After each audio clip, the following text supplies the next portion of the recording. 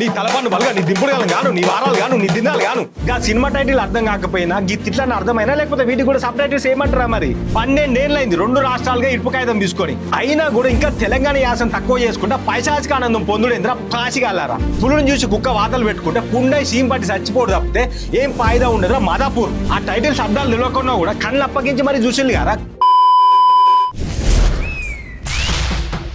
దండోరా మాట సూటిగా సెటైర్ గట్టిగా.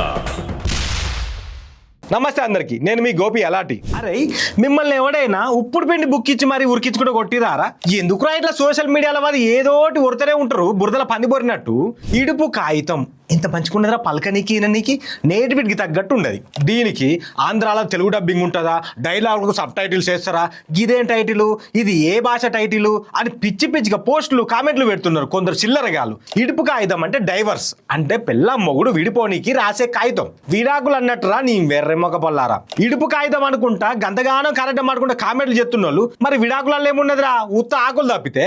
అయినా గిదికి ఒక్క సినిమాకే కాదు తెలంగాణ ఫోక్ సాంగ్స్ కింద కూడా గిసొంటి కామెంట్స్ చానే వస్తాయి. ఎందుకంటే వందల మిలియన్లు పోతాయి కాబట్టి ఆ సాంగ్స్. గది బెంగాలీ భాషన కిలికిలి భాషన ఏం అర్థమైతే లిరిక్స్ అనుకుంటా తెలంగాణ యాస మీద పడి ఎడతనే ఉంటారు ఎప్పటికీ. అరే ఒకటి చెప్తారా, ఏనుగు పోతుంటే కుక్కలు 100 మొరిగినంత మాత్రాన ఏనుగు విలువ పడిపోతుందా? లకడి కాపుల్ పులుని చూసి కుక్క వాతలు పెట్టుకుంటే పుండై సీమ్ పట్టి చచ్చిపోడు తప్పితే ఏం ఫాయిదా ఉండదురా మాదాపూర్. తెలంగాణ యాసను వాంటెడ్ గా అవమానిద్దాం అని కొందరు ఏపీ పబ్లిక్ చూస్తూనే ఉంటారు సోషల్ మీడియాలో ఎప్పటికీ. మీకు కడుపులో గంటగానం మంట ఎందుకో గానీ ఇప్పుడు ఇడుపు కాగితం సినిమా ముచ్చడికే వస్తే గా సినిమా టైటిల్ అర్థం తెలియదని వింతగున్నదని హేళన చేసేటోళ్ళకి చెప్పేది ఏంటంటే, మీకు నిజంగా సినిమా టైటిల్స్ అర్థం కాలేదనే బాధే ఉండుంటే, తెలంగాణ మీద కడుపు మంట లేకుంటే తుడరం, వేటయ్యాన్, పల్లి చెట్టంబి, దరివెట్ట, కంగువ, మిరాల్ ఇట్లా చెప్పుకుంటా పోతే తమిళ్ మలయాళం కెంచి మస్తు సినిమాలు వచ్చినాయి. మరి ఆ టైటిల్స్ అర్థాలు తెలుసారా బట్టెబాజుగాలరా? ఆ టైటిల్స్ అర్థాలు తెలియకుండా కూడా కళ్ళు అప్పగించి మరి చూసిల్లు గారా.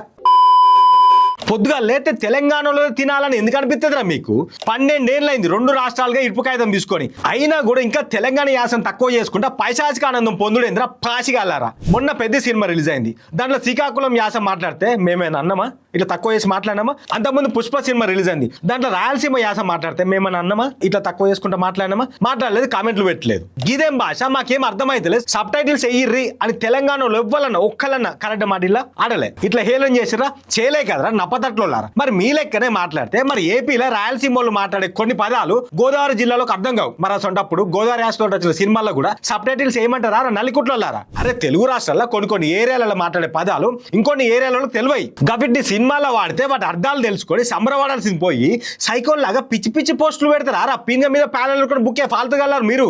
కళకు ప్రాంతం తోటి భాషతోటి యాసతోటి సంబంధం ఉండదు. ముందుగా గది తెలుసుకోర్రి. మీ నోట్ల పోషం ఒక్కొక్కరు బొడవ, మీ కాళ్ళకు జట్టలు గుట్ట, మీ కళ్ళ కబ్బ కొట్ట, మీ చేతుల జిల్లెట్ చెట్లు మొలవ, నీ తలపన్ను బలగా నీ దింపుడు గాను నీ వారాలు గాను నీ దినాలు గాను. గా సినిమా టైటిల్ అర్థం కాకపోయినా గీ తిట్లని అర్థమైనా లేకపోతే వీటికి కూడా సబ్ టైటిల్స్ ఏమంటారా మరి? వీటిని కూడా దీవనార్థాలు అనుకునేరు దేడు గల్లారా అని మస్తుగా తిట్టుకుంటా కుచ్చి గుడకలెత్తున్నారు తెలంగాణ పబ్లిక్. ఇక ఇప్పటికి గివన్నీ బంద్ చేయకపోతే రేపు పొద్దున షీర్ చింద కడతారు బిడ్డ అనుకుంటే వార్నింగ్ కూడా ఇస్తున్నారు. దండోరా మాట సూటిగా సెటైర్ గట్టిగా.